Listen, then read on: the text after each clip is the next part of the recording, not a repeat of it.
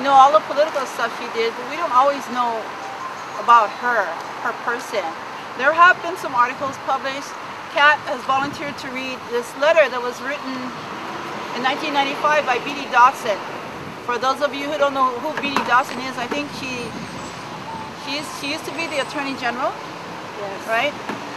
And she's an attorney, and she also headed Lili'uokalani at Kamehameha Schools. Okay, and so she also sat on the board of the Friends of Iolani Palace at one time, and has been really active in things Hawaiian, and wrote this letter that Kat's going to read. Lili'uokalani's legacy lives on. Today, and this is from 1995, today marks the passage of 157 years, it's 171 now, of Lili'u Kamaka Eha Kalani Ali'i Neveveli'i. She was called Lili'u as a child, Lydia by her loved ones, and named Lili'uokalani by her brother, King David Kalakaua. She was born to be a queen. What made Lili'u a woman of such extraordinary contrasts? She was a gifted composer, noted for the sweetness her voice gave her mele. Yet she was a strong, determined, and dedicated queen. She was a princess who relished the infants and children around her, from Alexander and Emma's little prince Albert Edward to her sister Miriam and Archibald Cleghorn's Victoria Kaiulani. Yet she was never to have a child of her own. Lili'u was born to High Chief Kapa'akea and High Chiefess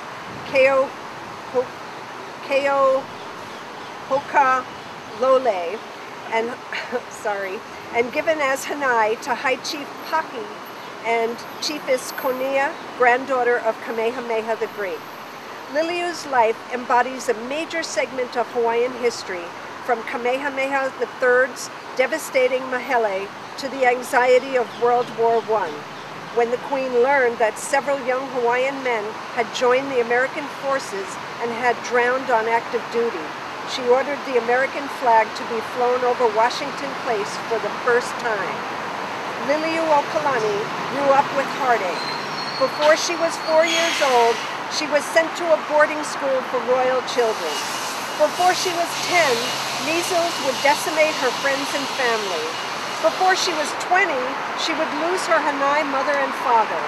She experienced the early deaths of Prince Albert Edward, her cousins Liho, Lot, and Luna Lilo, her brothers Leleohoku and David, her sister Bernice Pauahi, and her husband, John Diamond Holt. In 1881, she watched another introduced disease, smallpox, leave its deadly effect on her people. But Lili'u's early Christian education and her great capacity for love gave her the strength to live her life fully.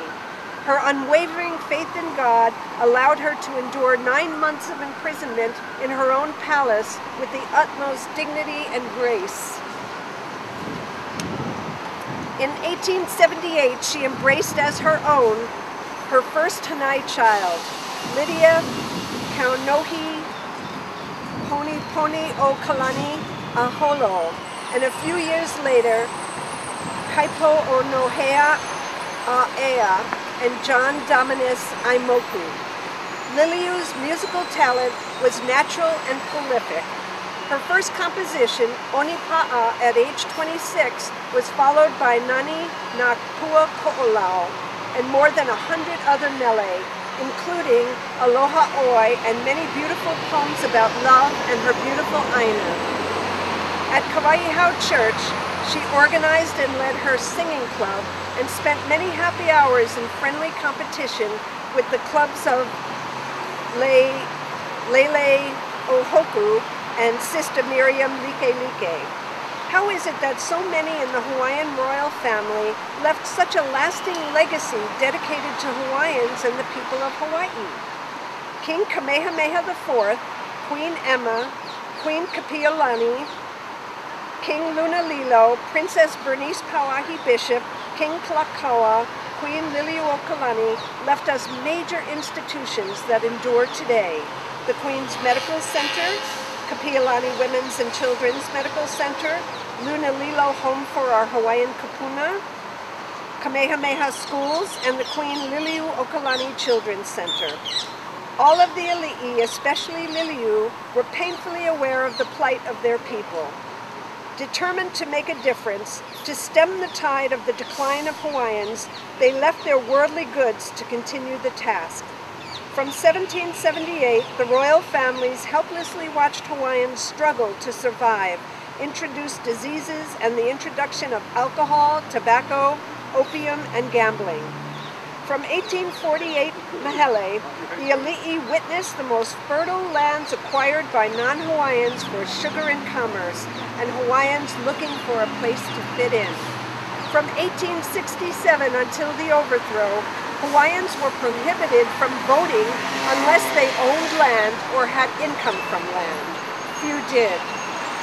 It's no wonder the Ali'i established trust for their people. Lili'u left her legacy for orphaned and destitute Hawaiian children.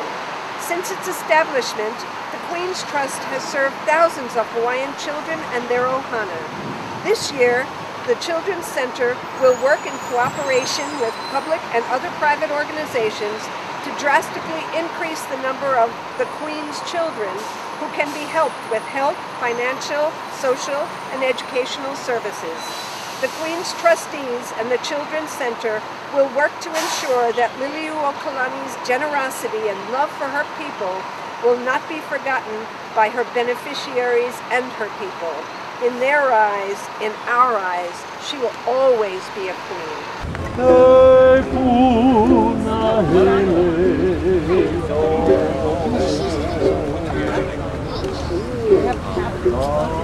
I see like a solar, like I mean, they're gonna know how. I mean, no matter